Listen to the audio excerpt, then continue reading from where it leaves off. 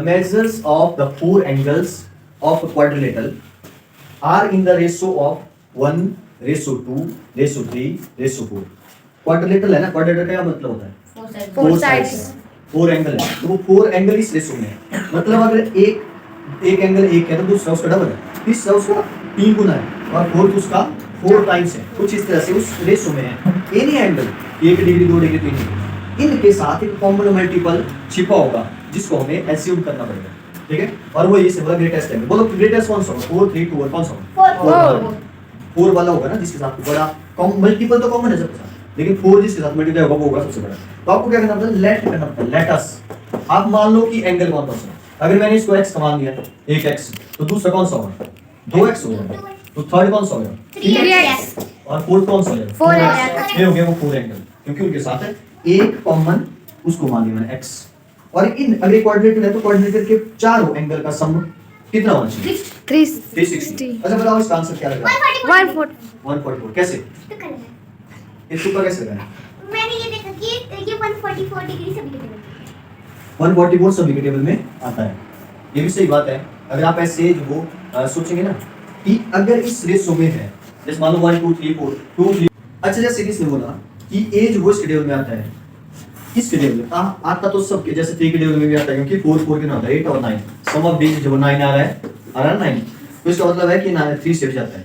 लेकिन अगर हम देखें ध्यान से कि बड़ा एंगल निकालना है और वो 4 टाइम्स है उसके, तो कोई नंबर जब 4 से मल्टीप्लाई होगा, ठीक है, बाकी और कोई 4 से मल्टीप्लाई हो रहा है, बाकी कोई 4 का मल्टीपल दिख रहा है आपको? नहीं दिख रहा है, नहीं दिख रहा है।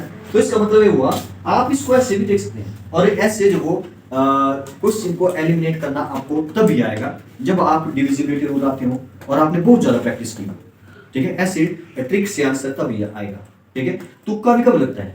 तुक्का तभी लगता है जब आपने बहुत ज्यादा प्रैक्टिस की हो।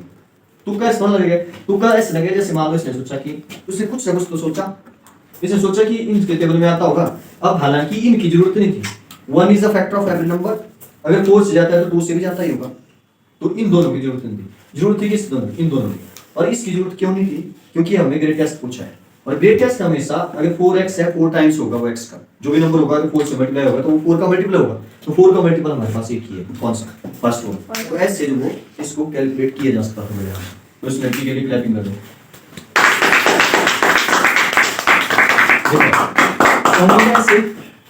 हम लोग जो वो ऐसे सॉल्व करेंगे इसको जनरल मेथड से।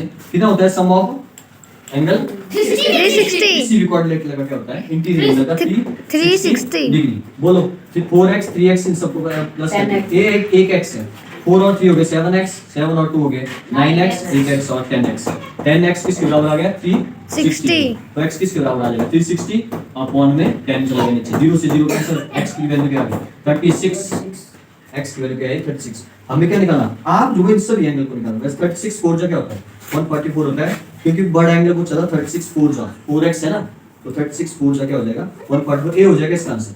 आप ऐसे करो, x की वैल्यू निकले 2x निकालो, 2 मल्टीप्लाई बाय 36, फिर 3x निकालो, 3 मल्टीप्लाई बाय 36, ऐसे निकालो इसको पूरा।